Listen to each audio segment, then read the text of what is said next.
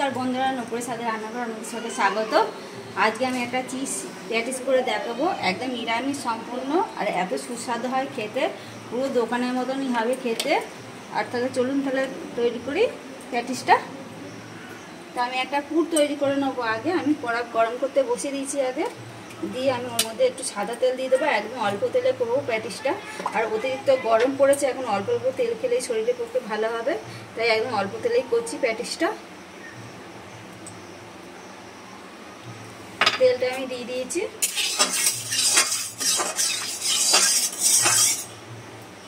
তেল আমার ভালোভাবে গরম হয়ে গেছে।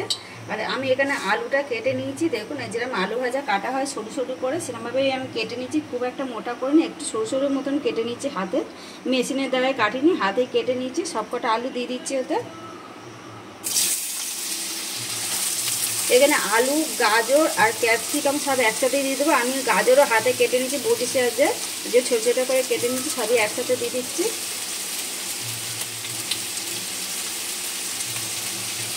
দিয়ে ভালো করে একটু কষে নেবো। আর ভালোভাবে কষানো হয়ে গেছে, আর এটা হাফও সিদ্ধ হয়ে গেছে, দেখুন আলু আর গাজরটা। এবার এখানে যে টমেটো কেটে নিয়েছি সেটাও দিয়ে দিচ্ছি, ছোটো ছোটো করে কেটে নিয়েছি কুচি কুচি করে একদম টমেটোটা, সেটাও দিয়ে দিচ্ছি এতে। এখানে কাঁচা লঙ্কা কুচি নিয়েছি দুটো, আমি সেটাও দিয়ে দিচ্ছি এতে। একটু ধনেপাতা দিয়ে দিচ্ছি, আবার একটু পরে দেবো ধনেপাতাটা। এবার সামান্য একটুখানি নুন দিয়ে দেবো, একটু অল্প করে নুন দিয়ে দিচ্ছি। দিয়ে নুন দিয়ে ভালোভাবে একটুখানি কষে নিতে হবে। আর দেবো একটুখানি গোলমরিচ গুঁড়ো, আমি একটু গোলমরিচ গুঁড়ো দিয়ে দিচ্ছি। যে যেরকম ঝাল খেতে পছন্দ করে সেরকম ঝালটা দেবেন অল্প অল্প করে, তাহলে সবাই খেতে পারবে। অল্প করে গোলমরিচটা দিলাম।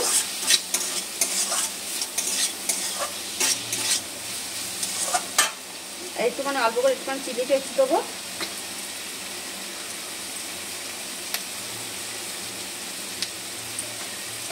এই চিজ প্যাটিসটা এত সুন্দর খেতে লাগে, পুরো দোকানের থেকেও খুবই সুন্দর হবে খেতে এটা।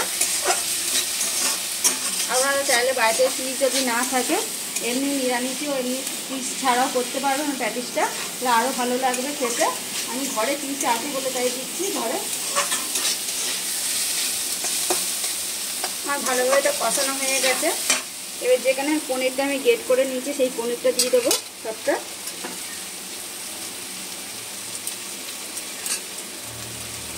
পনিরটা দিয়ে একটু ভালো করে কষে নিচ্ছি।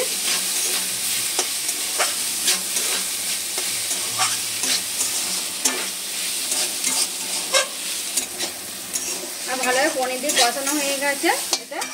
এবার একটুখানি অরিগানো দেবো ওর মধ্যে, একটু অরিগানো দিয়ে দিয়েছি।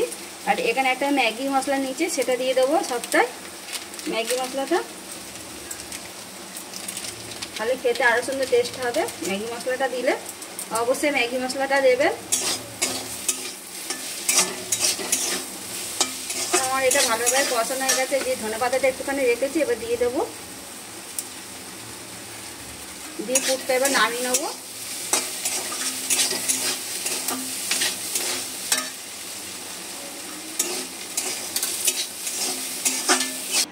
আর পুরটা ভালোভাবে ঠান্ডা হয়ে গেছে এখানটা।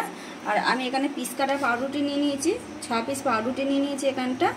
তা আগে পুরটা আমি পাউরুটির মধ্যে দিয়ে দিচ্ছি দুটো করে। এই যে পাউরুটি দুটো নিয়ে নিয়েছি এখানটা। এবার যে পুরটা নিয়েছি সেই পুরটা আমি হাতের সাহায্যে তুলে দেবো পাউরুটির মধ্যে। একটু বেশি বেশি করে দিতে হবে পুরটা, তাহলেই খেতে ভালো লাগবে জিনিসটা। যে দুটোর মধ্যে দিয়ে দিয়েছি পাউরুটি পুরটা। আর পুর কটা দিয়ে দিয়েছি দুটো পাউরুটির মধ্যে। আর এবার এখানে চিজ একটুখানি দিয়ে দেবো ওপর দিয়ে।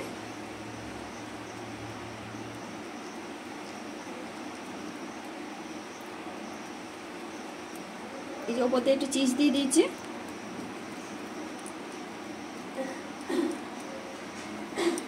এই যে দুটোর মধ্যে দুটো চিজ দিয়ে দিয়েছি। এবার ওপর দিয়ে একটা পাউরুটি দিয়ে দেবো। আর আমি এখানে স্যান্ডউইচ করা একটা মেকার নিয়ে নিয়েছি, সেটার মধ্যে আমি দিয়ে দেবো।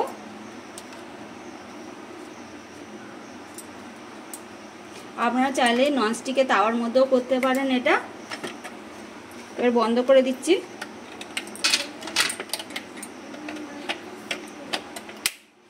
এবার হয়ে গেলে দেখাচ্ছি এটা। স্যান্ডউইচ নিয়ে করা হয়ে গেছে এখানটা, এবার তুলে নিচ্ছি। এই দেখুন ভালোভাবে হয়ে গেছে এটা।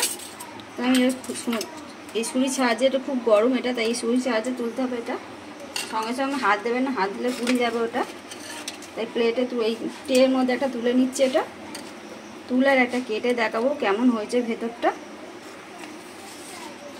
যে আমি এটা কেটে দেখাচ্ছি, গরম খুব হাত দেওয়া যায়নি এটা, তা আস্তে আস্তে করে কেটে নিতে হবে।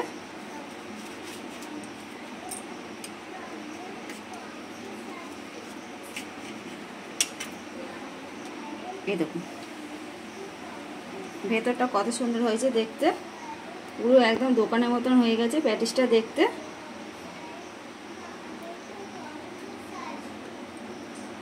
তাই আমার এই প্যাটিসের এই নিরামিষ রেসিপিটা যদি ভালো লাগে অবশ্যই কমেন্ট করে জানাবেন, আর ভালো লাগলে লাইক শেয়ার করে দেবেন।